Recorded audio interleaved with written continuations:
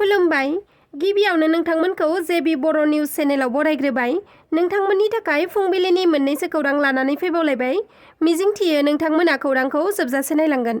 गुवाहाटीआव सोलोंथाइ बिथिङाव जौगाफुनाय सासे फरायसाया गावनि जिउखौ गावनो फोजोबनानै लादों। गुवाहाटी बेलतलानि चन्दननगराव CBSE नि 12 थाखोआव फरायनाय सासे फरायसाया गाव थाग्रा खथायाव दौलें लानानै गावनि बेसेन गोसा जिउखौ गावनो फोजोबदों। बेबादि हरखाब गावखौ फोजोबनानै लानाय जाथाया चन्दननगराव ओनसोलनाङैनो बयखौबो सोमोनांहोदों। खौराङाव फोरमायथिनाय बायदिब्ला फरायसाया सासे खामानि मावग्रा सुबुंजों 102 नाम्बारनि गंसे बिल्डिं फ्लेटआव आलादा रुमाव हारसिङै थायोमोन। थांनाय बुधबार मोनायाव आइ मिस इउ पापा होनना सुइसाइड न'ट लिरनानै फासिनि दौलें लाना थैनानै थायो। थैनाय फरायसानि मुंखौ मायुर गस्वामी होननानै मोनथिना मोननाय जादों। मायुर गस्वामीया दिल्ली पाब्लिक स्कुलाव फरायनानै 10 थाखोनि CBSE नि फाइनाल आनजादाव हादरनाङैनो 5थि मासियाव आवग्रिनो हादोंमोन। नाथाय दुखुनांथावनि खौरां, मायुर गस्वामी बिथाङा 12 थाखोनि जानो गोनां आनजादनि सानसे सिगां फ्लेटनि गाव थाग्रा खथायाव सुइसाइड न'ट लिरनानै दौलें लानानै थैनानै थायो। मोनथिना मोननाय बायदिब्ला मायुरनि बिफाया बिश्वनाथ सारियालिनि साहा बागानाव मेनेजार महरै खामानि मावनानै बिश्वनाथ सारियालियावनो थायोमोन आरो फिसाज्ला थानाय चन्दननगरावबो सम सम फैयोमोन। सुनिबारै बिफाया फिसाज्ला थानाय रुमनिफ्राय बिश्वनाथ सारियालिसिम गिदिंलांफिननायनि सानथाम उनावनो बुधबार मोनायाव बिफानिसिम गांसे सुइसाइड न'ट लिरनानै गावखौ फोथैनानै लायो। फोरमायथिनाय बायदिब्ला मायुर गस्वामीनि जोनोमगिरि बिमायाबो मायुर उन्दै समावनो जिउ गोमादोंमोन। ओनसोलनि सुबुंफोरा मोनथिहोनाय बायदिब्ला फरायसाया बिजाबजोंनो सानफा थोलो मुहिहाबनानै थायोमोन। जाथाय जानाय सानखालिबो आनजाद गोनांखाय सानजौजासे उन्दुदों सानदोंमोन थाफानाय सुबुङा।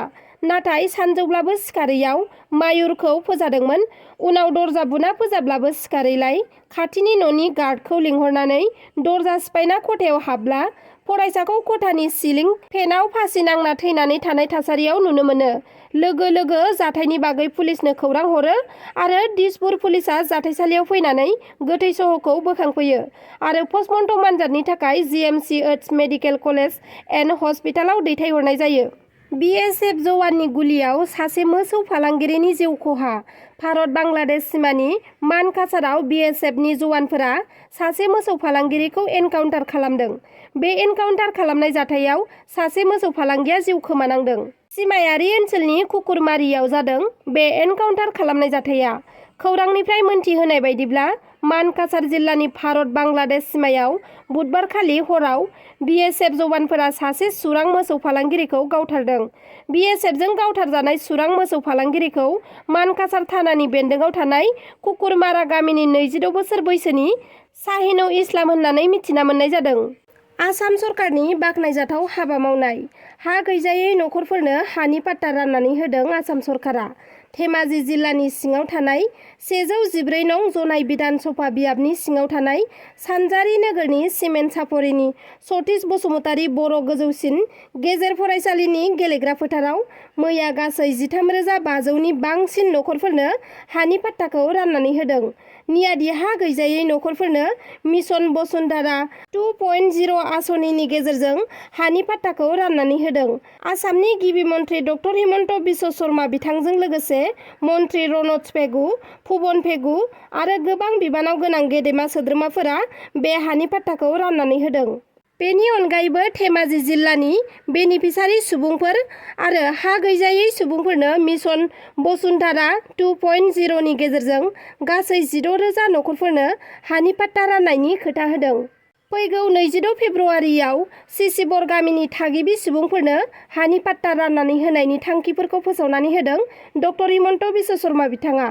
हा गैजायै फ्राय 16,000 नखरफोरनो हानि पाट्टाखौ राननानै होनाय जागोन होननानै बुंथिदों डक्टर हिमन्त बिश्व शर्मा बिथाङा।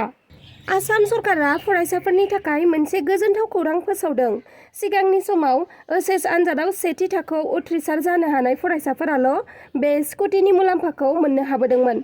नाथाय बे बारनिफ्राय जाय फरायसाफोरा मेट्रिक आनजादाव उथ्रिसार जानो हागोन बिथांमोननोनो बे स्कुटि आरो साइकेलनि मुलाम्फाखौ होनाय जासिगोन।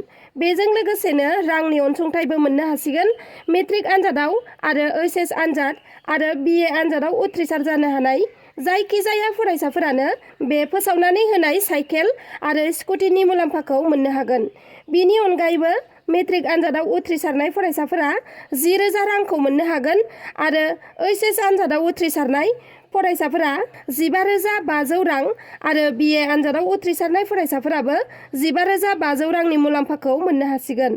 फरायसाफोरनि फरायनायाव जाहाथे जेंना नुजाथिया, बिनि थाखायनो बे गिदिर थांखिखौ थाबैनो मावफुंनो थाखाय आसामनि गाहाय मन्थ्रि डक्टर हिमन्त बिश्व शर्मा बिथाङा फोसावनानै होदों। पुलिसनि सिमोलथाफुआव सिग्रोमनाय समाव गंनै बोलेर' पिकआप भेनजों लोगोसे 10 मोसौफोरखौ हमनो मोन्दों। बेजों लोगोसेनो सासे ड्राइभार आरो 2 फालांगिरिफोरखौबो हमनो हादों। गुबुन गंसे बोलेर' पिकआप भेननि ड्राइभारा खोमसिनि खाबुखौ लानानै खारखुमा लांनो हादों। पुलिसजों हमजानाय ड्राइभारनि मुङा जाबाय शाहिदुर रहमान। शाहिदुर रहमान बिथाङा धुबुरी जिल्लानि बालाजाननि थागिबि होनना मोनथिहोदों। पुलिसआ जब्द खालामनो हानाय गंनै बोलेर' भेननि नाम्बारा जादों AS 17C6596 आरो गुबुन गंसेनिया AS 17C7688। सिखाव फालांगिरिफोरा गंनै बोलेर' पिकआप भेनआव मोसौफोरखौ फिथाइ सामथाइ दोनग्रा कार्टनजों खोबनानै लाबोदोंमोन। पुलिसजों हमजानाय शाहिदुर रहमाना फोरमायनाय बायदिब्ला 10 मोसौफोरखौ सोनाब बेंगलनि धुपगुरिनिफ्राय बङाइगाव जिल्लानि सालमारा मोसौ बाजाराव लानानै थांनो नागिरदोंमोन। नाथाय पुलिसजों हमजानानै सिखाव फालांगिरिफोरनि थांखिया फेलें जाबाय। दायो बेनिख्रुइ बांसिन मिथिनो थाखाय पुलिस बिफाना हमजानाय 3 सुबुंफोरखौ सोंनाय फिननाय लानायाव जेरा होदों। दासिमनि खौराङा बेखिनियानोमोन। नोंथांमोना आंनि खौरांखौ जोबजासे नायजोबलांनायनि थाखाय रोजा रोजा साबायखर थाबाय आरो लोगोसे नोंथांमोना आंनि चेनेलखौ साबस्क्राइब खालामाखैब्ला अन्नानै साबस्क्राइब खालामनानै लादो। लोगोसे लाइक, शेयार, कमेन्ट खालामनो दाबाव। एसेनोसै, गोजोन्थों।